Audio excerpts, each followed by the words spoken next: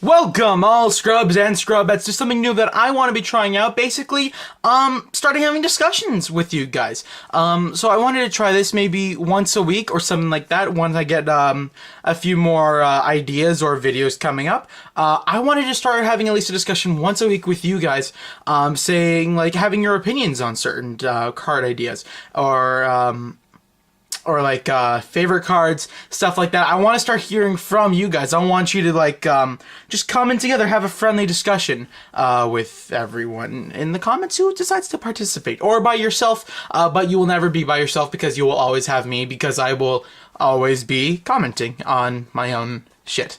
Yeah. So despite that long intro, I just wanted to go through just discussion. Let's just skip to it. As you can see from the title of the video, today's first discussion, I want to talk about Utopia the Lightning, and if you have the option to run it, not only are you going to, obviously, but I mean, are you going to be taking up the extra deck space with only 2 cards or 3? What I mean by that is because how to summon Utopia the Lightning. You'd have to get Utopia out with 2 materials, obviously, and then after you can stack Utopia the Lightning on top of Utopia. Now the thing is though, with Lightning, it says you can summon it over a Utopia monster. So what this means is you can already like overlay another Utopia on top of it, and then after be able to summon Lightning on top of that Utopia, having the extra XYZ material. Now, the reason why that some people would do this is that because Lightning's effect is, I don't know if you can try and read it from there, but I'm also going to attempt to read it at the same time.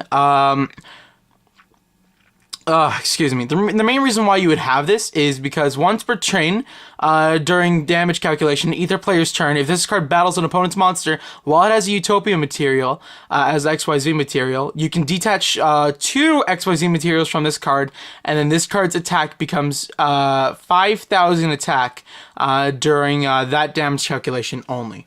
During that calculation. So the point of that would be, so like your main play then would be just summoning the Utopia and then detaching the 2 materials that aren't Utopia, so that way you can still like negate stuff. I mean, so that way stuff still won't happen, but you'll have a 5k beater. Now, what I do personally, and like a few others, would be taking up that extra deck space and putting on another Utopia material, preferably Prime, because that's another Utopia that can do something other than C-Ray. But like you totally could. That's what I was doing before. But yeah, you would put that on top, and then after you'd be able to use his effect twice, and it doesn't matter which materials you would detach. Personally, for me, also because I'm a hero player, I would do this in particular, because like if I make this with a Shadow Mist, I want to get that Shadow Mist effect off.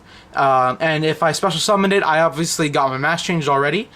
So basically what I would do would be summon it, have Utopia and let's say a Goblinberg out already, detach one of the Utopias and a Goblinberg, so that way I still have a Shadow Mist ready to dump and get my extra effect off of for a search, while having while being able to let Utopia go into a 5k beater twice.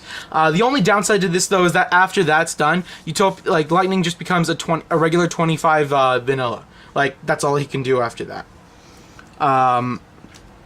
Also, I wanted to go into like why people would take up 3 extra deck spaces instead of 2, because like again, personally, I'm on the side where I would take up 3 extra deck spaces just for these 3 cards.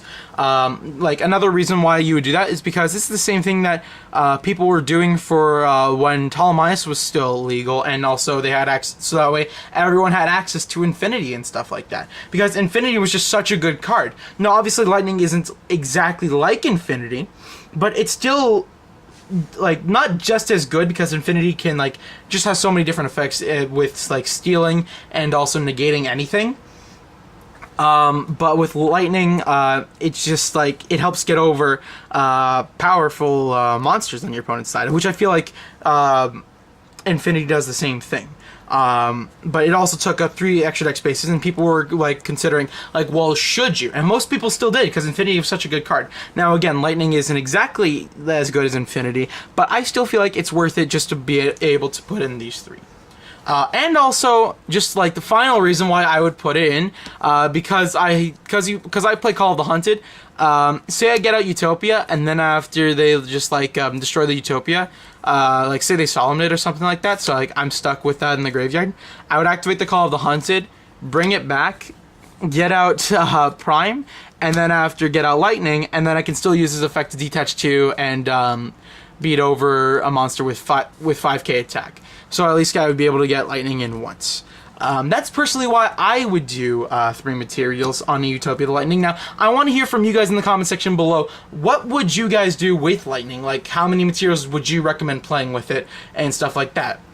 If you have any more discussion topics, please leave them in the comment section below. I would love to go through each one that you guys suggest. Because this, again, it's a new thing I'm trying out. I want to try and incorporate this at least once a week. Just like to give you guys something different instead of just like deck profiles and duels when I ever get the chance. And yeah, that's it. This is me, the Mediocre Duelist, signing off.